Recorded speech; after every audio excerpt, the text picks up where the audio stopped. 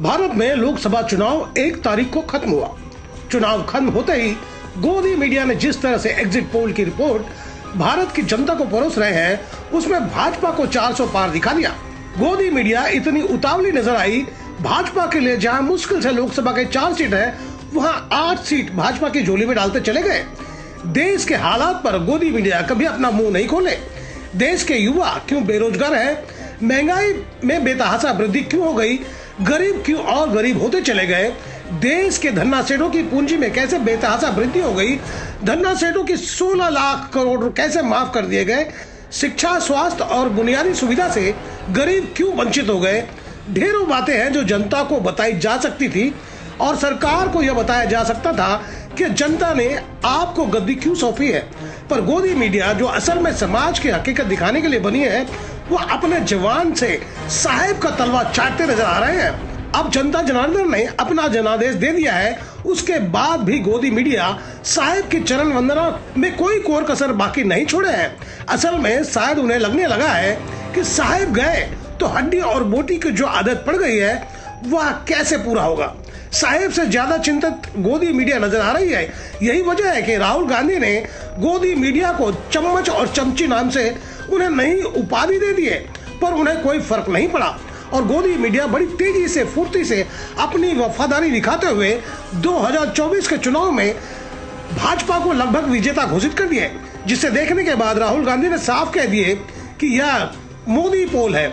हकीकत यह है कि 4 जून को इंडिया गठबंधन सरकार बनाने में कामयाब होगी और इंडिया गठबंधन सत्ता में लौट रही है। चुनावी आंकड़े ये बता रहे हैं कि इंडिया गठबंधन को 295 से ज्यादा सीटें मिलती दिख रही है। सुने राहुल गांधी ने क्या बताया। मोदी पोल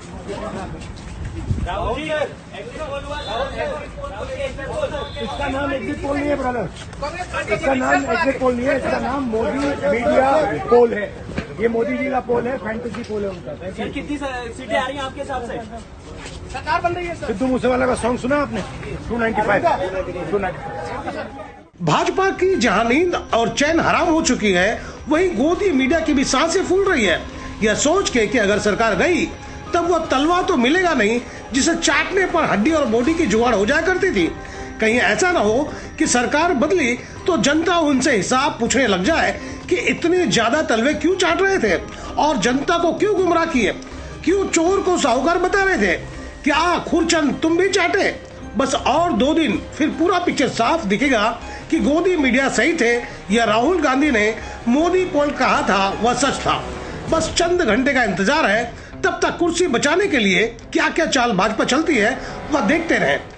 जिसने भी ये चुनाव जमीन पर जाकर देखा है या रिपोर्टिंग की है ग्राउंड से, वो एग्जिट पोल के आंकड़ों को मानने के लिए खुद तैयार नहीं है, क्योंकि असलियत यह है कि नरेंद्र मोदी के खिलाफ और उनकी सरकार के खिलाफ एक जबरदस्त आक्रोश पूरे देश में देखा गया।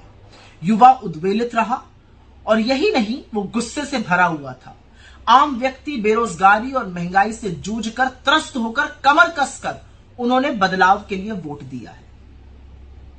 तो ये जो एग्जिट पोल है, ये अमित शाह और नरेंद्र मोदी के पंटरों द्वारा तैयार किया गया है। ये उनके लिए व्यवसाय है।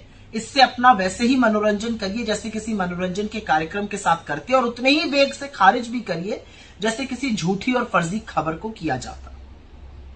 जनता की एग्जिट पोल ने इंडिया गठबंधन को पूर्ण बहुमत दिया है और यही जनादेश भी स्पष्ट बहुमत साबित होगा। 4 जून का इंतजार कीजिए, परेशान मत होइए, क्योंकि पिक्चर तो अभी बाकी है। दोस्तों, आपको मेरी खबर बेहतर लगी हो तो लाइक करें, सब्सक्राइब करें और बेल आइकन दबा दें। आप हमें कोई सुझाव देना चाहते हैं तो कमेंट बॉक्स पर लिख भेजें। तो गोपाल साहब को दीजिए इजाजत, हम जल्द दूसरी खबर के साथ हाजिर होंगे।